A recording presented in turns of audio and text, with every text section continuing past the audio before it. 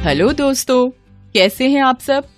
अपनी पसंदीदा कहानियां देखने के लिए हमारे वीडियो को लाइक, शेयर और चैनल को सब्सक्राइब कीजिए। और हाँ, बेल आइकॉन पर क्लिक करना भूलिएगा मत।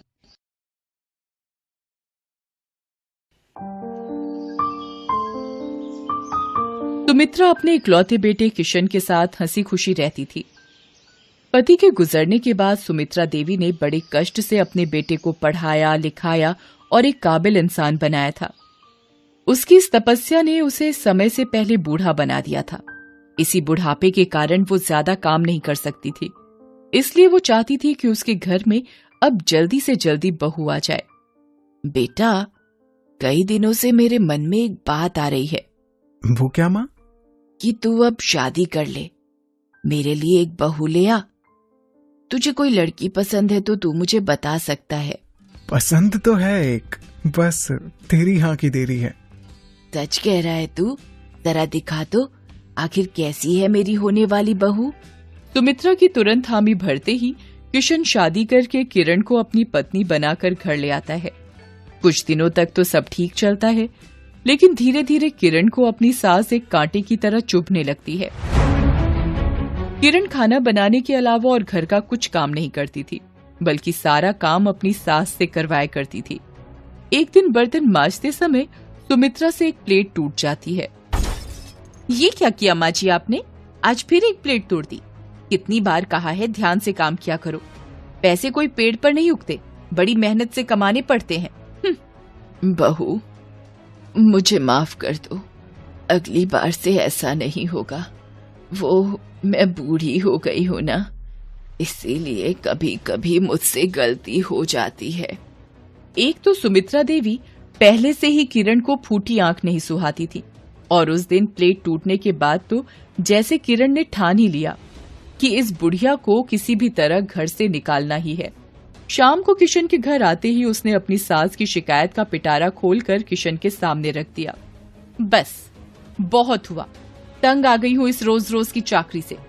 सुबह सुबह घर का काम करो, फिर ऑफिस जाओ और शाम को फिर घर आकर काम करो। नौकरानी बनाकर रख दिया है। इस घर को मेरी नहीं, एक नौकरानी की जरूरत थी। ऊपर से तुम्हारी माँ का अलग से ध्यान रखो। आखिर तुम्हें मेरी माँ से प्रॉब्लम क्या है? प्रॉब्लम क्या है? वो तो पूरी की पूरी एक प्रॉब्लम है। तुम रहो अपनी माँ के पल्लू से बंधकर, मुझे नहीं रहना यहाँ एक नौकरानी बनकर। किशन भी रोज रोज के इस कलह से परेशान हो गया था। आखिर में वो भी अपनी माँ को वृद्धाश्रम छोड़ने के लिए तैयार हो गया। माँ, कल सुबह अपना बैग तैयार रखना, मैं तुम्हें वृद्धाश्रम छोड़ आऊंगा। मैंने तुम्हारा वृद्धाश्रम में नाम लिखवा दिया है। हम दोनों से बाहर रहकर तुम्हारी देखभाल नहीं हो सकती। सुबह थोड़ा जल्दी करना, मुझे समय पर ऑफिस भी निकलना है। माँ ये सब चुपचाप सुन रही थी। उसे समझ में नहीं आ रहा था कि वो क्या करे। बस सोच सोच कर उसकी आंखों से पूरी रात आंसू बहते रहे। अगली सुबह किशन जब अपनी माँ के पास आया, तब वो अपना सामान बांध रही थी। अभी तक तैयार नहीं हुई माँ, मैं तुम्हें गेट पर छोड़कर ऑफिस निकल जाऊंगा।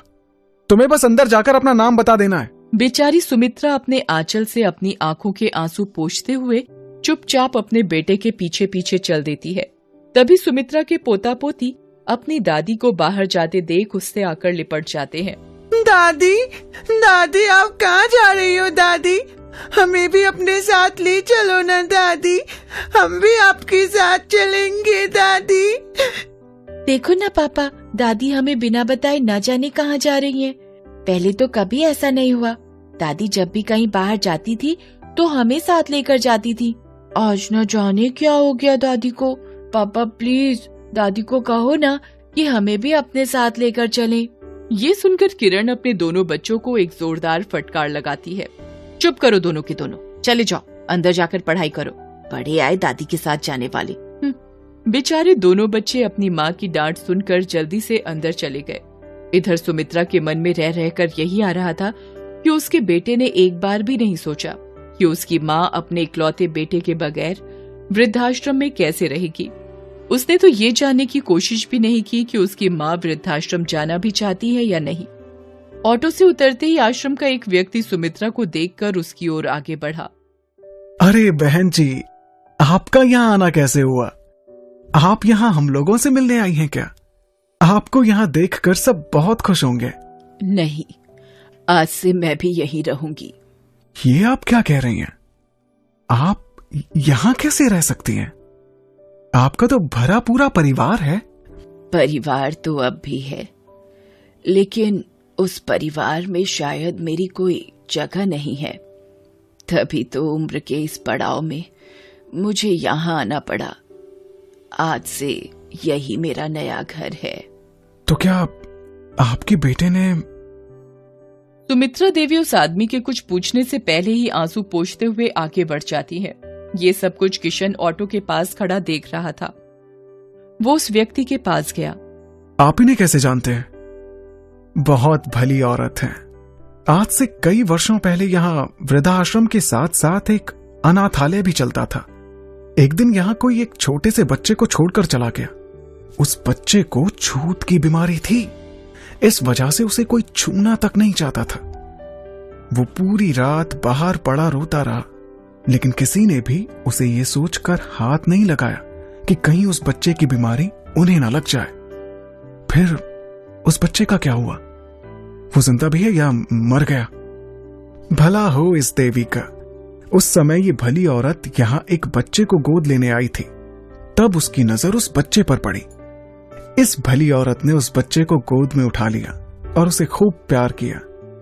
इस देवी ने उस अनाथ बच्चे का इलाज ही नहीं कराया, बल्कि उसे अपना नाम भी दिया। लेकिन अफसोस, आज उसी बेटे को यह ममता की मूर्ति बोझ लगने लगी और उसने अपनी मां को इस बुढ़ापे में वृद्धाश्रम के सहारे छोड़ दिया। ये सुनकर किशन खुद की नजरों में ही गिर गया। वो अब किसी से नजरें मिलाने के काबिल नहीं रहा। किशन अधीर होकर अपनी मां को आश्रम से वापस लाने के लिए दौड़ पड़ा और अपने किए हुए की माफी मांगते हुए मां के सीने से लग गया।